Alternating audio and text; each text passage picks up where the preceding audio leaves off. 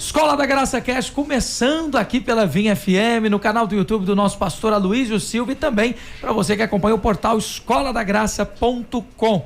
Seja muito bem-vindo ao nosso encontro semanal com o nosso pastor e queremos dizer para você que está acompanhando que você pode participar de muitas maneiras. Uma delas é mandando mensagens no Instagram do pastor Aloysio. Acessa lá no Instagram, @AloysioASilva. Você vai mandar um direct pro nosso pastor e também vai segui-lo nas redes sociais. Lembrando que você faz a inscrição gratuitamente no escoladagraça.com e tem acesso a conteúdos da palavra, estudos e outras coisas mais por lá.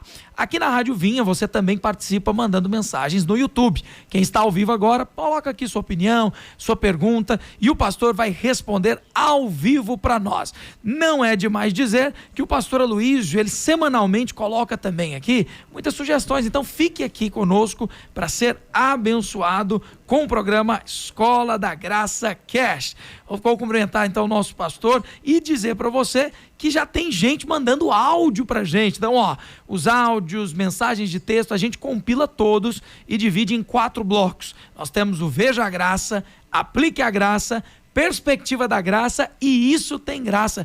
Dá para entender? Nós temos todos os blocos para poder extrair o máximo de conhecimento do nosso pastor, que tira essa 1 hora para nós perguntarmos o que nós quisermos. E olha que o pastor Aloysio não tem lado que a gente pergunta que ele não responda. Meu querido pastor, obrigado pela presença mais uma semana. Boa tarde, pastor. Boa tarde, Guilherme. É sempre um prazer estar aqui compartilhando do Evangelho. Então, eu procuro realmente responder perguntas relacionadas ao Evangelho. Amém. Outras áreas eu não tenho muito o que dizer, não, mas sobre o Evangelho a gente tem que ter, porque é uma questão de chamado. O Senhor nos chamou, nos comissionou para isso. Por isso, essa é a razão do podcast, a gente compartilhar de uma maneira mais descontraída as verdades do Evangelho. Aleluia. E teve alguns irmãos que me encontraram na rua dizendo: rapaz, mas é cada pergunta que mandam para o pastor? Pois é. E eu estou aqui com os discípulos do pastor Aloysio, que são pastores de multidões também. Deixa eu cumprimentar pastor Gustavo Pereira, que é pastor lá na Igreja Videira do Botânico. Pastor, líder dos Radicais Livres do estado de Goiás. Seja muito bem-vindo, pastor. Boa tarde. Boa tarde, Guilherme. Boa tarde, pastores, pastor Aloysio. É uma honra poder estar aqui, compartilhando da graça de Deus, daquilo que Deus tem feito. Nós temos crido e falado que o que transforma a vida das pessoas é o Evangelho da Graça. E é aquilo que nós vamos compartilhar hoje à tarde aqui nessa mesa. Aleluia. Pastor Radamés Adão, nosso pastor lá da Videira Garavelo. Boa tarde, pastor. Boa tarde, Guilherme. É um prazer mais uma vez estar aqui com vocês, em especial com o pastor Aloysio. Na verdade, eu estava meditando, Guilherme, eu estava pensando, nós estamos aqui só para colocar um pouquinho de fogo. E aí o pastor, ele vem e transforma numa labaredas para nós. Aleluia. E eu creio que hoje não será diferente, nós vamos ser abençoados com esse programa e eu creio que Deus vai fazer grande coisa na sua vida, uma obra tremenda. Aleluia. Pastor André Francisco, nosso pastor da Igreja Videira Praça da Bíblia. Boa tarde, pastor. Boa tarde, Guilherme. Boa tarde, ouvintes da Vinha FM, também o pessoal que está nos acompanhando pela internet. Que privilégio estar aqui hoje com o pastor Aloysio, com os pastores, compartilhando da graça e sendo alimentado, porque cada vez que a gente tem a oportunidade de sentar ao lado do pastor Aloysio, oportunidade da gente receber, crescer e avançar no Evangelho. Aleluia.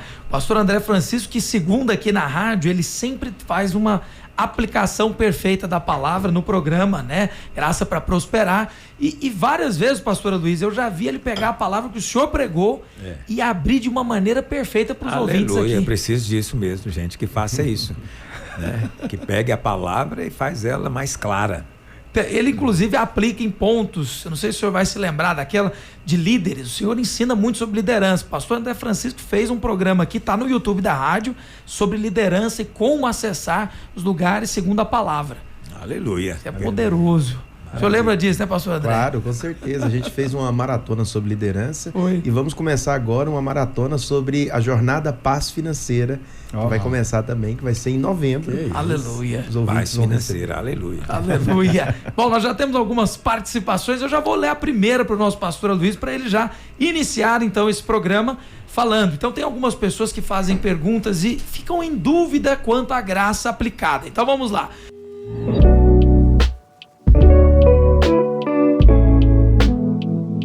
Olá, pastor Aloysio, a graça e a paz.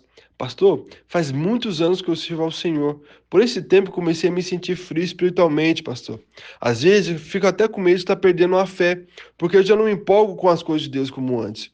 Estou perdendo a sensação da presença, estou esfriando, já não me alegro mais e parei de buscar. Como posso estar revertendo isso, pastor? Então, porque é uma situação relativamente comum. Por que acontece? Então, tem várias razões porque um crente às vezes vai ficando sem essa sensibilidade, essa percepção da presença. A primeira é porque nós temos estações na nossa vida, não é? Então nós temos épocas de chuva, épocas de seca, nós temos momentos de noite, momentos de dia, temos verões, temos invernos. Então nós passamos por estações.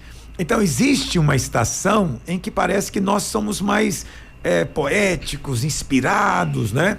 Que é a primavera. Mas às vezes chega o inverno, você fica mais, né, ali pensativo e assim por diante. Então aprenda a perceber essas estações na sua vida. Segunda coisa, o que faz com que um braseiro continue, um carvão, né, continue aceso? Ele está no braseiro. Sim. Ou seja, você esfria estando sozinho. Então a vida cristã não é para ser vivida sozinha. Então você precisa de irmãos. Não é? Por que, pastor, que eu preciso de irmãos? Porque às vezes uma palavra, uma oração do irmão, ele libera coisas na sua vida, né? Então é um colocando fogo no outro. Uma terceira coisa, você precisa de entender que a sua vida espiritual depende muito do que você fala, de como você flui. Então uma pessoa que está sempre silenciosa, nunca compartilha de Cristo, nunca compartilha nada da palavra, ele é uma mangueira que está fechada. Sim. Então, uma mangueira fechada, vai entrar mais água nela? Não vai. Para entrar mais água, tem que abrir para fluir. Então, às vezes, você está vivendo, além de estar sozinho no braseiro, você não está fluindo. Você não abre a boca no louvor verdadeiro, você não abre a boca para contar do amor de Deus para alguém, você não fala de Jesus. Falar de Jesus não é só para incrédulo, não, é falar para o irmão, é falar na célula, é falar para a esposa. Então você não está fluindo, virou uma mangueira fechada, porque nós não somos um reservatório, nós somos um canal. Amém. E o canal tem que estar desobstruído. Amém. Então, estou te contando algumas coisas que fazem parte da nossa vida. E por fim, o que acontece às vezes é que o Espírito vem tocando em você. Então você vem no seu coração o pensamento, vai orar, né? Vai buscar. E aí você fala, não, agora eu vou ver televisão, agora eu vou assistir uma novela. Depois. É pecado isso? Não, não é pecado, mas é o Espírito te convidando. Mas aí, como você rejeita o convite, aí o Espírito muda a estratégia com você. Ele agora vai tirar a percepção da presença para você sentir saudade de novo, sentir fome de novo, desejo por Ele. Ele quer que você venha a Ele, né? Nós temos que ir ao Senhor. Você pode ver no Evangelho, o Senhor só curou quem veio a Ele, com exceção de um. Só teve uma exceção que o Senhor foi, que foi o paralítico no tanque de Betesda. Foi o único, o Senhor foi a ele. Ele não estava buscando a Jesus, porque aquilo ali é uma situação simbólica apontando para Israel. Mas todos os outros vieram ao Senhor. Uau. Então nós temos que ir ao Senhor também. Por isso que às vezes vocês têm essa sensação de frieza. Mas acredite em mim, o fogo está lá dentro. E você precisa apenas de quê? De um sopro. Então Deus, o Senhor Jesus, Ele não vem para te condenar, não é? Então não sei se você sabe o que eu estou dizendo, mas existe um negócio chamado lamparina. Sim. Muito usado em fazendas, né, onde não tem energia elétrica, ou quando acaba a energia elétrica. Então a lamparina tem um pavio, dentro dela tem querosene, e aí quando vai acabando o combustível, ela começa a fumegar. É aquela fumaça preta que vai subindo, né, tá quase apagando. Então normalmente as pessoas fazem o quê? Né? Elas dão uma cuspidinha no dedo e apaga aquele negócio. Né? Vão acabar com esse sofrimento. Mas Jesus não é assim. Ele disse que ele não apaga o pavio que fumega. Ele sopra o pavio. Amém. Por quê? Porque o fogo está lá. Um sopro, a chama volta de novo. E o sopro é o Espírito. Pastor, é impressionante porque quando o senhor pontua essas questões, a pessoa ela deve estar se identificando lá. Realmente, Sim. esse distanciamento com a vida da igreja, né, com esse ambiente. Quantas vezes a gente já teve a experiência de chegar no culto e por meio só de você viver o ambiente do culto já é renovador, né, pastor? Só de você ouvir os irmãos orando, às vezes você nem ora. Às vezes você está olhando para o tempo. Mas só de ouvir aquele barulho, os irmãos orando, aquele ambiente, já afeta você. Afeta os seus filhos. Então, a vida da igreja é muito importante. Vivemos um tempo difícil, onde isso tem sido muito atacado. A ideia do cristão solitário, cavaleiro solitário, não é o padrão do Novo Testamento. Nós somos família, nós somos corpo, nós somos exército, mas não somos cavaleiros solitários. Pastor, esse senso de essa ausência, né, de percepção da presença produz na pessoa inconstância? Ou o senhor acha que é o contrário? Com certeza.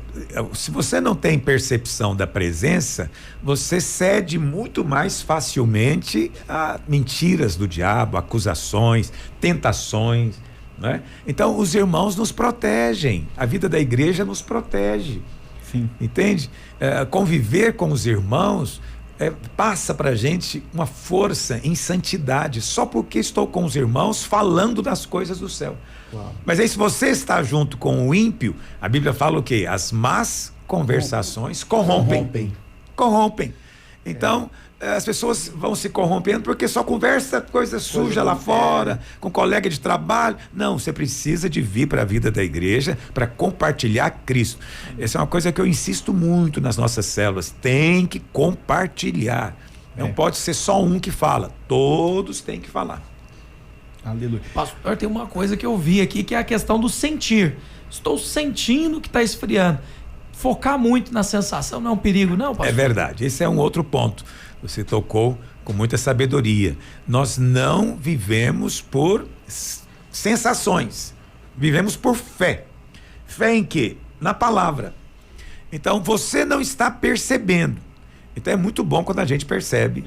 É muito bom sentir. Nada de errado, ok? Mas não faça disso a base da sua vida. A base da sua vida é a fé. Fé em quê? Na palavra. Ele disse o quê? Eis que estou convosco todos os dias, até a consumação, até o fim. Estou convosco todos os dias. Então, ele é fiel? É. Então, ele está comigo aqui? Está. Por quê? Porque ele disse. Amém. Então, porque você crê na palavra. Tá bom? Então, é importante isso. Não viva, não dependa da sensação. No entanto, não despreze a sensação. Deus quer sim que você flua, que você sinta alegria, que você sinta o gozo do Espírito, né? O refrigério, o bálsamo da presença. Ele quer que você sinta isso também. Tá bom? Pastor, e esse sentir também não está ligado à passividade? Ele está familiarizado com o ambiente, ele já não busca mais? Então, tem muita subjetividade, às vezes, dentro da igreja, né? O que é subjetividade? São expressões, ilustrações que não acontecem na prática, não é verdade? Então, por exemplo, eu preciso como é que eu vou dizer? Entrar no santuário, mergulhar na fumaça da presença e dançar com o rei. Isso é muito subjetivo, ninguém dança coisa nenhuma, entendeu? Então, é preciso você lidar com a palavra de maneira objetiva. Sim. Objetivo é o que Cristo fez. Orar, e que o Espírito ler. faz. Então, o Espírito está em mim, eu sou cheio do Espírito, falando com salmos, hinos, cânticos espirituais. Então, não fique na sua mente aquela ideia subjetiva, né? Uma hora eu vou conseguir entrar. Ainda não consegui. Não. Você entra na presença pelo sangue. É o foco exagerado no sentir, né, pastor, que produz isso. Produz subjetividade excessiva. Aí você ignora um elemento tão fundamental na vida cristã, que é viver pela fé, né, pastor? Isso. Esse é o fundamento, esse é o alicerce. Esse é o alicerce. Crer na palavra. Pastor, o senhor acredita que se a pessoa, mesmo que ela está, como o pastor Guilherme pontuou essa pergunta, na ausência, dessa percepção, mas ela continua crendo que o Senhor o ama, e ela permanece com essa confissão, que é a base da nossa vida cristã, né? Do perdão dos pecados. O senhor acredita que essa pessoa, em algum momento, ela vai acordar assim e perceber? Não demora, não. As coisas do Espírito são fascinantes, entendeu? Faz a experiência para você ver. Se você hoje está nos ouvindo e você sente que está um pouco frio, parece que você não está sentindo, então só entra para o seu quarto, coloca uma música ungida, canta bem forte, com toda a sua força. Tem que abrir a boca. Né? Isso, canta bem forte, com toda a sua força. Depois disso, você diz um glória a Deus bem alto, com toda a sua força. Eu te garanto. Ativou. Você vai na mesma hora sentir. Você volta a sentir de novo. E até para aquele que já está sentindo, se fizer isso, potencializa mais ainda. Então, né? assim, agora, é óbvio que se você está passando por uma situação difícil, nem sempre é fácil cantar. Sim. É difícil cantar difícil, no dia da jeito. luta. Mas cante. Cante. Paulo e Silas estavam cantando à meia-noite, presos ali naquela cadeia suja. E eles estavam louvando. Então, há poder. Abre a sua boca. Não é? Quando você faz isso, você libera unção, vida, fluir. Entendeu? Pastor, o senhor falando isso aí, eu tenho um texto lá em Cânticos, nós temos falado muito de Cânticos esses dias. Cantares. Cantares, né?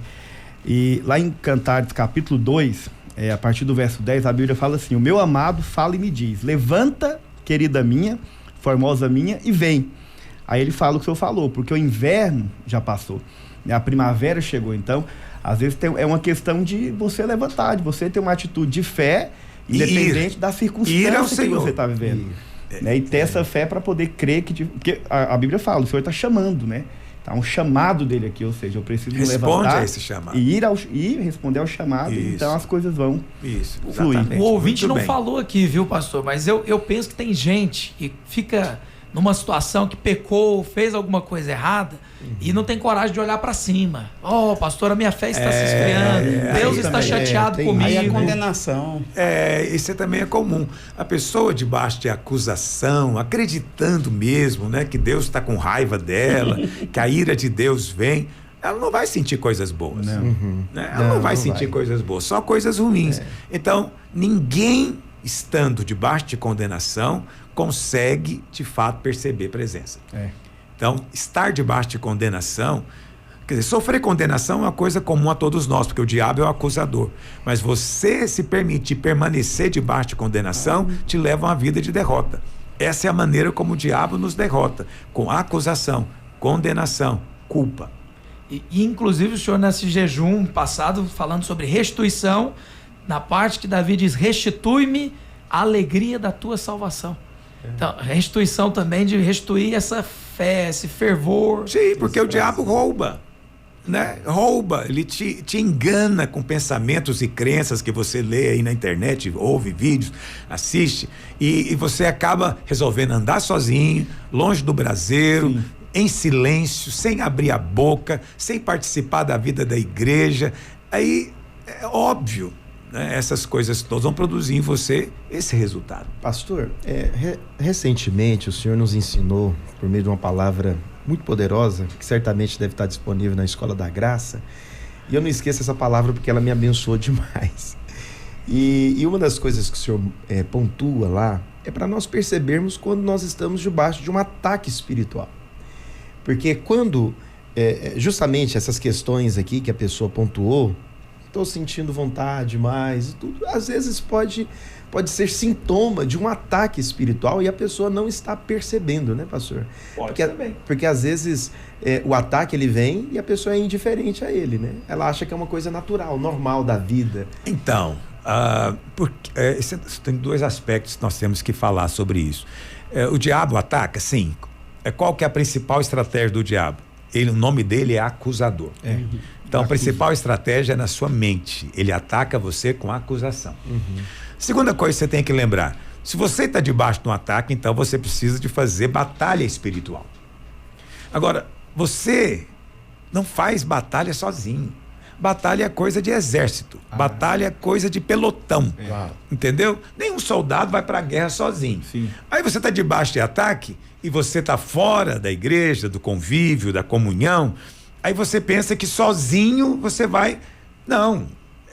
Um soldado, quando ele está no campo de batalha, ele precisa do colega para vigiar o flanco dele aqui, a retaguarda. Porque ninguém consegue olhar para frente e para trás ao mesmo tempo. Então você precisa de irmãos que vigiem, te ajudem. Falam, tô vendo ataque desse lado, irmão, vamos vigiar aqui. Entendeu? Então, para ter vitória também nessa batalha espiritual, é preciso ter irmãos. Poderoso. Entendeu? Estar junto na vida da igreja. Lembrando esse princípio: soldado que vai para a guerra sozinho não volta. Revelação, Guilherme. Não volta. Não preciso lembrar. Guerra é algo que se faz em conjunto. Tem que dividir a batalha, né, pastor? Isso. Chama o líder, o discipulador, o pastor. Pode ser quem for. Se não tiver esposa, ninguém, filho. se tiver ninguém, chama a esposa, a família, mas chame. Amém. Amém. Amém. Tem um áudio que um ouvinte mandou para o pastor Aloysio fazendo uma pergunta. Está cumprimentando os outros pastores aqui. Vamos então ao segundo bloco no Aplique a Graça.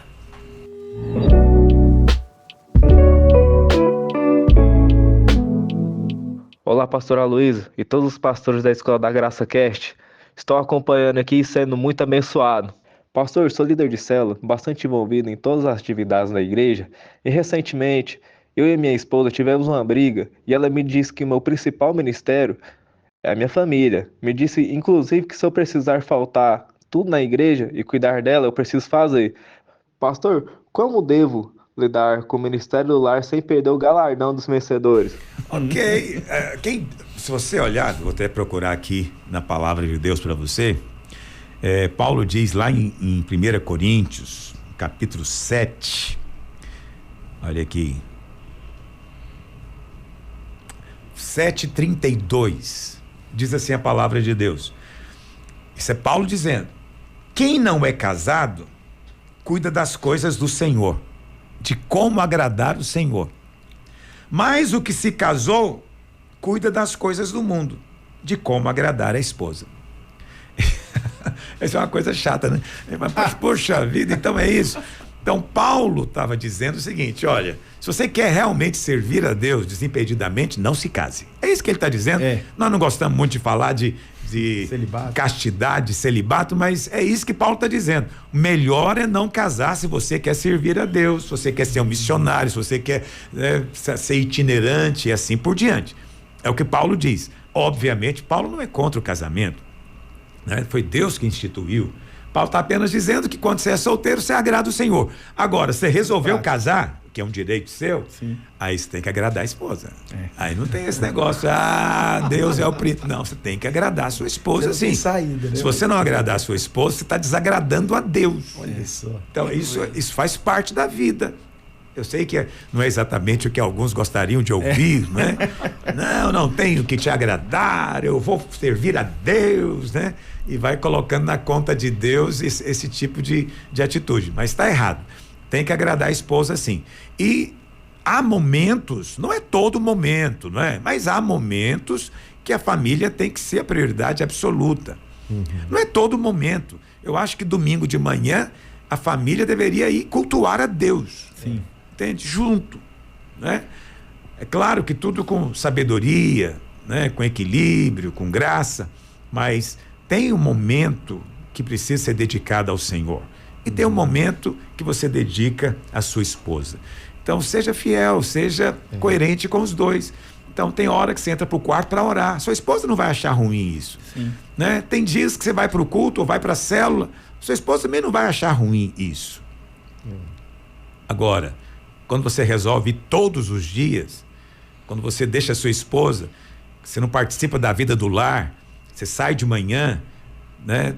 Nem volta às 6 da tarde, vai voltar lá para as 9, 10 da noite, aí você já chega e já vai dormir. Isso é pecado, não faça isso. Tem que viver a vida do lar. Homem que é homem, volta para casa depois do trabalho. Amém. Homem que é menino, vai para o bar. Mas homem que é homem, volta para casa. Então é preciso agradar a esposa. Não vou agradar mulher, né? Pois é, então você ainda não é o marido que Deus planejou que fosse. O marido que Deus planejou ama a esposa como Cristo amou a igreja. Pastor, na maioria das vezes que chega desse jeito que chegou aqui, é porque às vezes houve esse desequilíbrio, né? Às vezes ele está dando muita atenção realmente para as questões da igreja, porque na cabeça dele é isso, né? Eu preciso de colocar Deus em primeiro lugar, mas ele acaba deixando a mulher de lado, a família. Eu sempre costumo dizer o seguinte, que você quando casa, tem filhos, o solteiro é uma coisa. Então nós sempre falamos para os jovens, né? Você que é jovem, aproveita, porque agora você pode participar de muita coisa. Você pode ficar a noite inteira orando, você pode fazer comunhão até tarde, mas depois que você casa, você agora vai ter que dividir a sua atenção com sua esposa. Quando os filhos vêm, você vai ter que dividir a atenção agora com os filhos também. Então é preciso ter esse equilíbrio, sabedoria. Claramente. Cada momento da vida. Pastor, e a sabedoria também do homem, uma vez que Deus o estabeleceu como esse sacerdote, essa coluna dentro do lar, é de ele trazer a família para esse ambiente que ele vive, né? Que esse ambiente de vida da igreja, né? O senhor pontuando aí a respeito do culto. O culto é do Senhor, o domingo é de Deus. Porque o domingo é as primícias, né, pastor? Você está dando o primeiro momento da sua semana para Deus. Deus leva em consideração essas coisas. Tem valor espiritual, com certeza. O que você prioriza governa a sua vida, não é? Então, assim, eu não gosto muito dessa hierarquização, né? Primeiro isso, segundo aquilo. Não, tudo no seu tempo, tudo no seu modo. Tem que ser feito. Tem que ser feito. Então, não tem esse negócio de... não.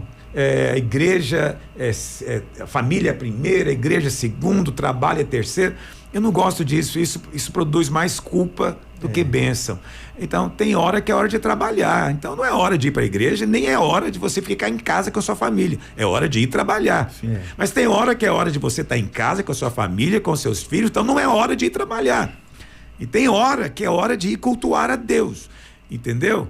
Então é saber o tempo e o modo de cada coisa e fazer tudo por um propósito único, né? A edificação, a bênção da minha família. Amém. É verdade. Amém. Um momento, né? Ele até colocou no final aqui, pastor, além do áudio, uma mensagem de texto. Pastor, meu grande medo é perder meu casamento e não lidar bem com as situações que eu devo.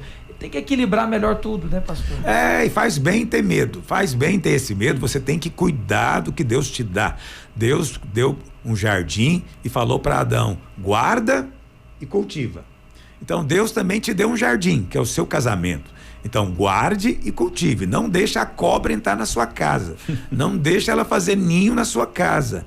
Né? Cultive, né? Cultivar é o quê? Cuidar bem das plantas, né? Cuidar bem, não deixar murchar, não deixar morrer, aguar, entendeu? Então, casamento tem que ser aguado, casamento tem que ser cuidado, tem que parar de vez em quando, dar uma arrumada, né? Tem que ter todos os dias ali o adubo, todo dia a água. Então, o casamento é assim, por isso que se você quer viver desimpedido servindo ao Senhor, não se case. Mas se você quer se casar, esse é o caminho. Aleluia. Falar um desafio desse do culto de jovens, hein, pastor Gustavo? Aleluia. Chega a hora que eles vão querer casar, acredite. Não. De toda forma, fica então a palavra do pastor Luiz. Rápido intervalo agora. Escola da Graça vai ir para o nosso Perspectiva da Graça. E atenção, uma notícia que está chamando a atenção do mundo inteiro, porque a novilha vermelha nasce em Israel, aumentando as expectativas do terceiro templo. Será isso um sinal do cumprimento profético? E como foi que se deu essa novilha vermelha novamente em Israel, que já estava extinta há milhares de anos? Rápido intervalo, Escola da Graça Cast volta já.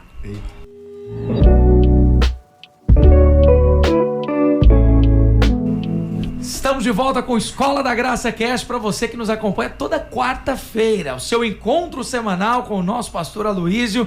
E aqui nós temos várias participações. Você que acessou escoladagraça.com participa pelas mensagens ao vivo e também siga o pastor Aloísio nas redes sociais para participar por lá no @AloísioASilva. Deixei o pastor Aloísio no bloco anterior com essa notícia. Tá aqui a manchete, põe na tela que nós já vamos diretamente para o Perspectiva da Graça. Novilha vermelha nasce em Israel e aumenta expectativas para o terceiro templo. O nascimento da esperada novilha era pré-requisito para a construção do terceiro templo e a próxima volta de Jesus. De acordo com a tradição judaica, apenas 9 novilhas vermelhas foram abatidas no período que se estende desde Moisés até a destruição do segundo templo. O animal era levado aos sacerdotes como um sacrifício e as suas cinzas eram usadas para a purificação dos israelitas. E a pergunta dos nossos ouvintes diante da notícia: pastor, esses animais são os que participarão do cumprimento da profecia? Bom, primeiro vamos entender a profecia. A profecia, lá em Mateus capítulo 24, o próprio Senhor Jesus disse, né? Eu acho que é importante a gente ler aqui, eu vou abrir minha Bíblia aqui em Mateus 24, porque é uma profecia que não foi um profeta que falou, não foi um apóstolo, foi o próprio Senhor Jesus.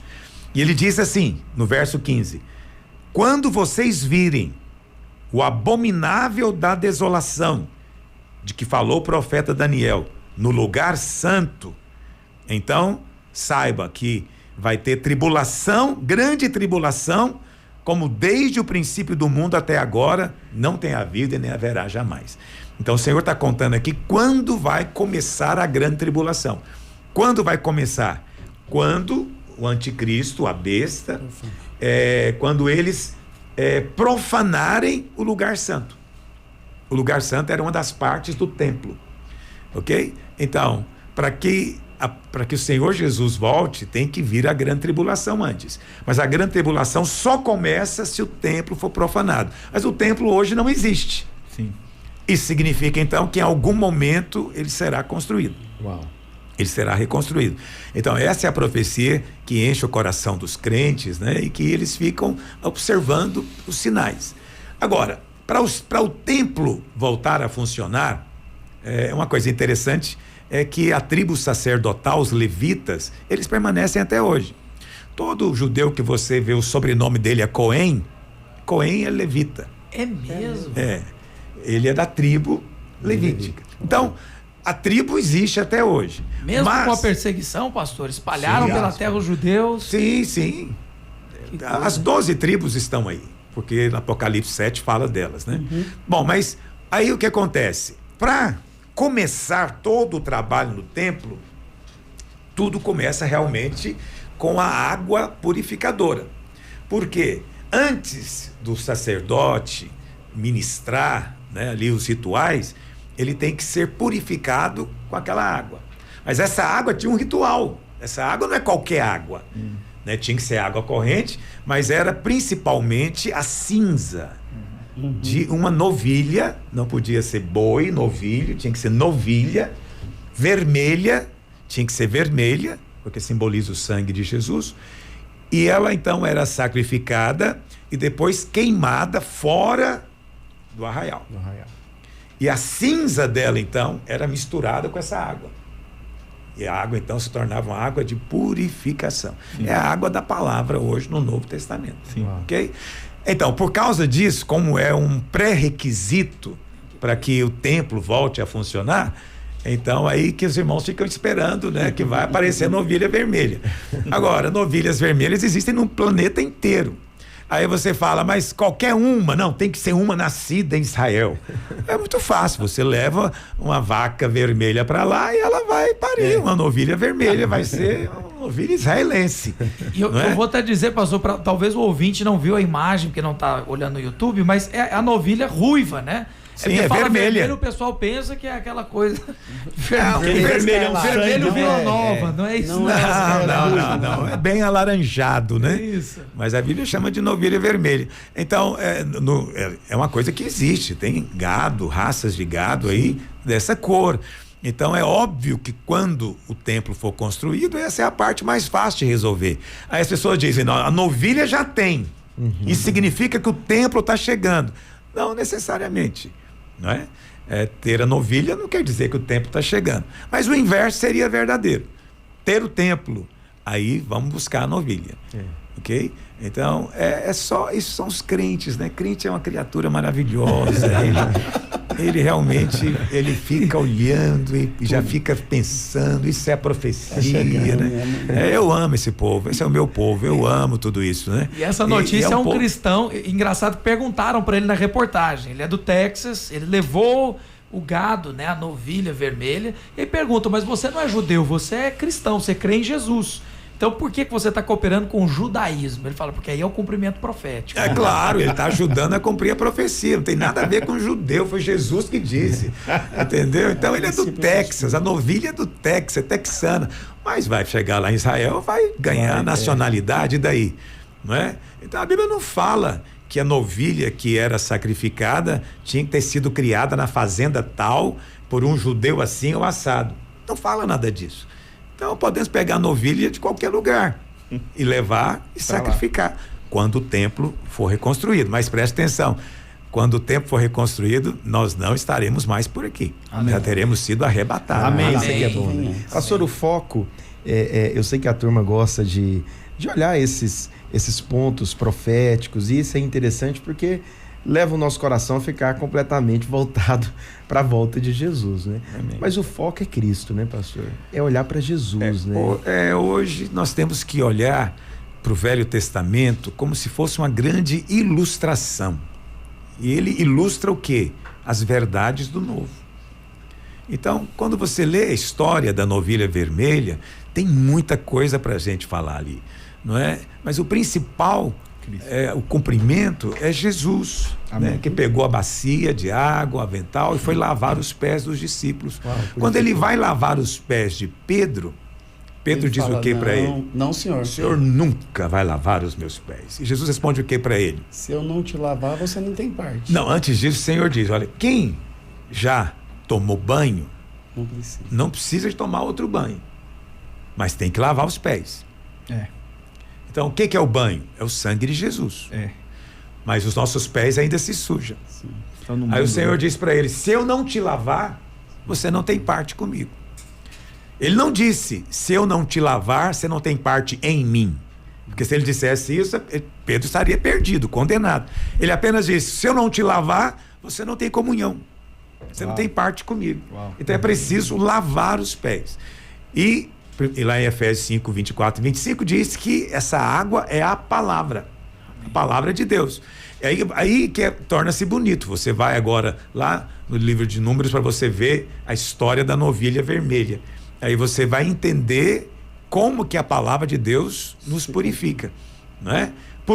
Como que ela nos purifica? Porque o sacrifício era até se tornar cinza. Cinza. O que é a cinza? Cinza é quando acabou. Não tem mais nada para ser queimado. Tudo foi consumido. Tudo foi consumido e consumado. Então a cinza simboliza uma obra consumada, terminada. Acabou. Terminada. Então essa obra consumada, misturada com a água da palavra, tem o poder de te purificar hoje. Amém. Nossa. É muito poderoso, hein, pastor? Se eu for criar gado, eu quero só novilha vermelha. Agora não tem como a gente ignorar também o fato de que esses acontecimentos em Israel acende em nós a expectativa da volta de Jesus, né? Claro, devemos estar sempre olhando para lá, porque é um relógio profético. É um relógio profético. Em muitos aspectos. Então precisamos sim de olhar. E eu não sou contra os crentes que vivem às vezes fantasiando coisas aí. Não, acho que isso até é uma diversão. Conspiracionistas? Tem muito conspiracionista. Isso tudo é muito divertido. Você deve receber muita mensagem de conspiracionista. Ultimamente não tenho recebido não, mas já recebi muito. É até melhor que ele fique apercebido, né, pastor? Porque esses que estão assim, pelo menos eles estão observando os sinais. O coração está no lugar certo, né? Pior é se você simplesmente não ligar para isso, ignorar. Mas para esses, pastor, que sempre estão com a expectativa assim, do anticristo, do falso profeta, do templo, qual que é a dica que o senhor dá aí? Eles têm que olhar para onde? Fala para nós. Não, eu acho que você não deve ficar esperando o anticristo. Qual que é o grande problema desses irmãos? É que eles não estão esperando Jesus. Eles estão preocupados com o anticristo. Com o anticristo. Por quê? Porque não creem no arrebatamento. Entendi. Eles só creem na volta sofrimento. Nos ares. Mas antes do Senhor voltar nos ares, a Bíblia fala que virá o falso profeta e o anticristo, que é a besta. Então, se eles vêm antes de Jesus, eu tenho que ficar de olho então neles. Entendeu? Mas nós que cremos no arrebatamento antes da grande tribulação, nós não estamos procurando anticristo. Não estamos interessados em anticristo. Nós olhamos para o Senhor e aguardamos ele vir nos buscar, né? Sermos arrebatados. Então tudo é uma questão de teologia, do que você crê, né? Então os pós-tribulacionistas eles ficam olhando para isso. Aí a vida é uma tribulação. Né? Eles ficam. Porque na hora que um míssil tem a Israel cotação, ali, começou. Existe uma cotação diária, né? De quem é candidato a anticristo. É mesmo. Quais foram os mais absurdos que o senhor já... Não, absurdo não, mas Presidente da França, o já príncipe teve. árabe. Sim, já teve. O Elon Musk. Elon Musk é um candidato. Já teve. Já teve vários, né? Steve Jobs também era, né? Eu não sei se você... Steve Jobs eu não sei, nunca ouvi. O Steve Jobs já não tá mais entre nós, né? O Jobs era o fundador Eu falo da quando Apple. era vivo, né? Eu não sei se ele era cotado, não. Mas o Elon Musk tá aí nas bolsas aí, ele tá bem cotado. Ok? Mas é como se diz, o que tem de vir, virá. Amém. O que tem de acontecer, vai acontecer mesmo. Mas deveríamos ter o nosso coração voltados para ver o Senhor, não para ficar procurando o anticristo. Pastor, o senhor, assim, eu sei que o senhor já está dando até nos ensinando a olhar para Jesus, mas o anticristo, toda essa ciência que está se evoluindo aí, principalmente o Elon Musk, né, que é que está cotado aí, essa coisa do Neuralink, transformar o homem num ciborgue, essa coisa meio computador, parece muito com coisa de final dos tempos. Né? Não, parece não, isso aí com certeza, eu também sou muito dessa linha aí do conspiracionismo. Por quê? Porque a Bíblia fala, né, que a Bíblia nem chama de homem no sentido de Apocalipse, chama de criatura. Criatura. Né? Besta é criatura, né? Porque no nosso português coloquial, besta é idiota, né? Mas na Bíblia não, na Bíblia besta significa uma criatura. Por que a Bíblia faz questão de chamar o anticristo de criatura? Que não é gerado. Porque ele não vai ser um homem como você. Não é gerado, né, pastor? Não vai ser gerado, mas ele vai ser alterado geneticamente. Entendeu? Mas eu acho Por que quê? só Porque geneticamente? isso vai acontecer. Isso vai acontecer. Por ocasião da volta do Senhor, vai ter um outro tipo de raça aqui. Porque foi o mesmo que aconteceu nos dias de Noé. Analisa comigo, o que vai acontecer. Isso é só suposição. Mas as suas a gente quer ouvir todas. Mas as Só suposição, mas analisa. Os senhores são muito embaçados Neuralink. pela Bíblia, né, pastor? Então, o Neuralink já é realidade. Sim. E qual que é o alvo deles? É criar um dispositivo, né, que na verdade é da grossura de um fio de cabelo. É mesmo. Que possa conectar neurônios. Né? Então, pessoas paralíticas voltariam a andar, cegos podem voltar a ver por causa desse chip. Sim. Mas não é um chip quadradinho igual de celular. Não, ele é como um fio de cabelo. Então, a tecnologia muito avançada. Mas suponha, já está fazendo teste sobre isso, mas suponha que eles cheguem à conclusão de que para implantar efetivamente um negócio desse na pessoa, ela precisa de já nascer com alguma alteração no gene ali para poder facilitar. Então, a grande pergunta que se faz é essa, né? Um bebê que foi gerado, mas não, ele foi alterado geneticamente. Ele é um homem como os outros aos olhos de Deus? Ou ele é só uma criatura? E o número 666, o número 6 é o número do homem.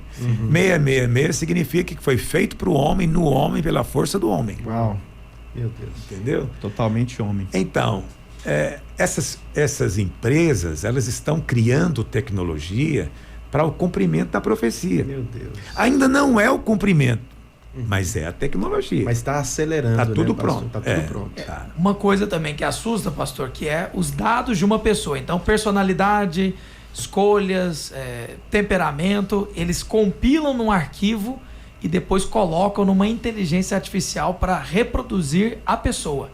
E já existem maneiras de você arquivar essas informações. Não sei o quão fidedigno é, mas eles dizem que eles vão tentar trazer Einstein de volta, numa inteligência artificial, vão tentar trazer pessoas do passado que têm interesse para de alguma forma... Hoje é proibido fazer clonagem. Sim. Mas você sabe, a tecnologia existe. Se a tecnologia existe, tem alguém aprontando por aí. Não dá para confiar, né? Não dá para impedir. É. Tem muitos países aí, né, que não liga a mínima para nenhuma restrição. Entendeu? Então eu acho que vai ter sim esse tipo de manifestação. Né? E que o Senhor nos ajude. Tá vendo aí, ouvinte? Por que você não pode Agora, perder? você sabe, quando eu me converti, né, estamos falando aqui de curiosidade escatológica, quando eu me converti, talvez tenha algum ouvinte que é da minha época, né? Eu me converti em 78, ali pelos final dos anos 70, início dos anos 80, e a gente cantava um cântico na igreja: eu sou um jovem despertando no ano 2000, não sei se você conhece esse cântico. E naquela época... O ano 2000 seria... o ano 2000 era a volta de Jesus, mas naquela época, o que os pastores ensinavam, né, que a gente lia nos livros, é que o anticristo, a besta, era na verdade um computador. É mesmo. E diziam que estava lá em Bruxelas, na Bélgica, que era um supercomputador. Meu Deus. Então, com o tempo, isso foi caindo em descrédito. Mas hoje voltou a fazer todo sentido. Sim. Porque essa inteligência artificial que estão criando vai chegar realmente a um nível de autonomia. De autonomia. Entendeu? Ela vai ter completa suficiência, né? Exatamente. E controle e informação sobre todo mundo, como um Deus. Entende? Hoje, uma inteligência artificial, né, que seja poderosa, ela pode saber a vida de cada um, onde cada um está, o que está fazendo. Entendeu?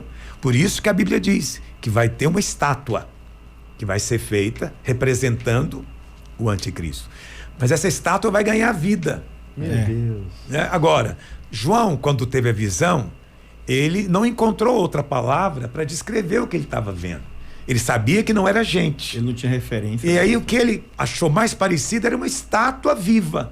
Mas na verdade isso vai ser um androide, alguma coisa desse tipo, que vai exigir adoração. Meu Deus. E quem não adorar vai morrer. Ou seja, ele vai ter essa percepção, né, pastor? Ele vai ter o conhecimento. Ele sabe quem adora e quem não adora. Ele sabe, né, quem aceita e quem não aceita.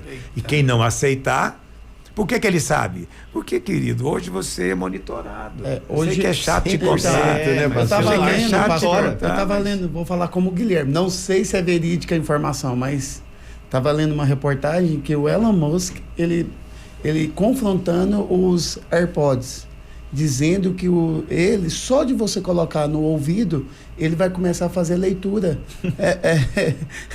da pessoa. Então, assim, a gente fica preocupado. Como é que vai ser o amanhã? Não se preocupar, não. Não sei se você está Vai perdido chegar, já. já tá né? perdido. Você vai ser Amanhã já arrebatado. chegou. Isso vai chegar. Ô, Guilherme, cancelar a assinatura da inteligência artificial. Tem que cancelar hoje ainda. Eu mesmo espero não ver nada disso, mas o mundo está caminhando para isso. As Você coisas estão vai ser- acelerando muito Você rápido, vai ser né, totalmente pastor? controlado. Você não vai ter a liberdade que você tem hoje. Vai ser como na China. É mesmo. Isso é inevitável. E não vai precisar nem de muito material humano para controlar, né, pastor? Não, mas- quase nada. Quase nada, tá tudo. Vai ser tudo inteligência artificial. Meu Corta Deus. sua conta bancária, corta tudo, né, pastor? Ele sabe onde você está. Você vai fugir para onde? O Meu satélite do Elon Musk está em todo lugar. Meu Pois Deus. é, isso que é chocante, pastor, porque ele é uma pessoa que ele não depende de companhia telefônica. Ele tem, assim... Porque se ele quiser falar com um determinado país através de um aplicativo, de alguma coisa, ele tem a internet. E hoje, não sei se vocês viram essa notícia, ele lançou o táxi autônomo. Sim. É mesmo. Sim, foi lançado hoje. Meu Deus. É o táxi sem motorista. Sem motorista. E o que é mais fascinante é que quem tem um Tesla, se quiser, pode colocar o carro para trabalhar. Porque tudo é uma questão de software, não é uma questão de carro. Sim, Ele tá a trabalhando. tecnologia já existe, E mas os ele já mapeou, né, Os pastor? carros da Tesla são todos conectados com a Tesla. Já mapeou. Entendeu? Meu Deus. Todo.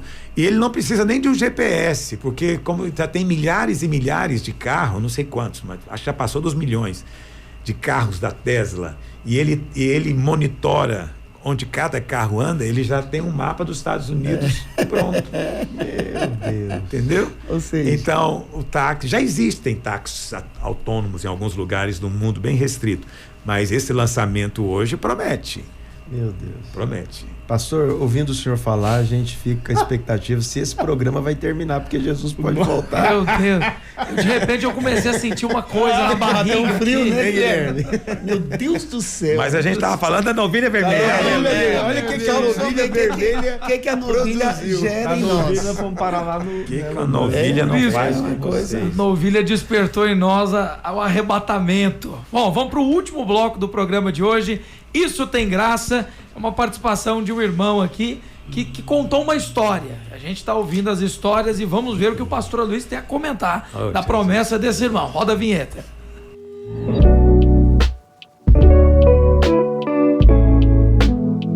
Paz, pastor Luiz.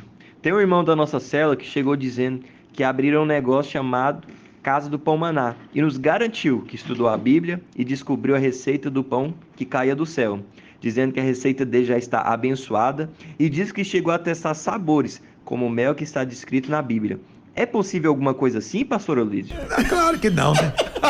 Mas não deixa de ser um marketing. As pessoas, né, mais místicas vão dizer, não, esse aqui é o pão que caiu do céu, né? Muita graça. Não é.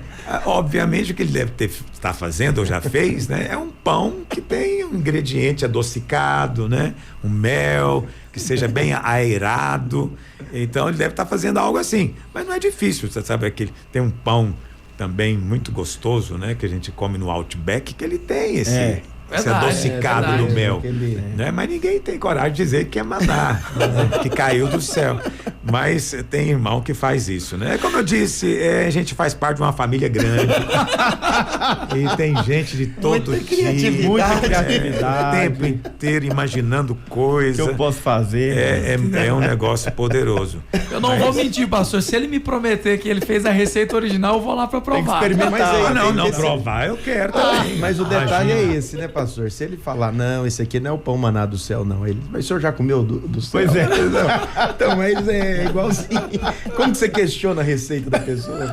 Boa pergunta. Eu não tenho autoridade para dizer que não é. Pois né? Não tem mesmo, porque eu só comi de Cristo, né? Não comi o maná no deserto. Esse é um bom argumento que ele pode usar, com certeza. Mas a Bíblia descreve o sabor, né? Né? Como bolos de mel. Bolos de mel. Então era doce. Macio.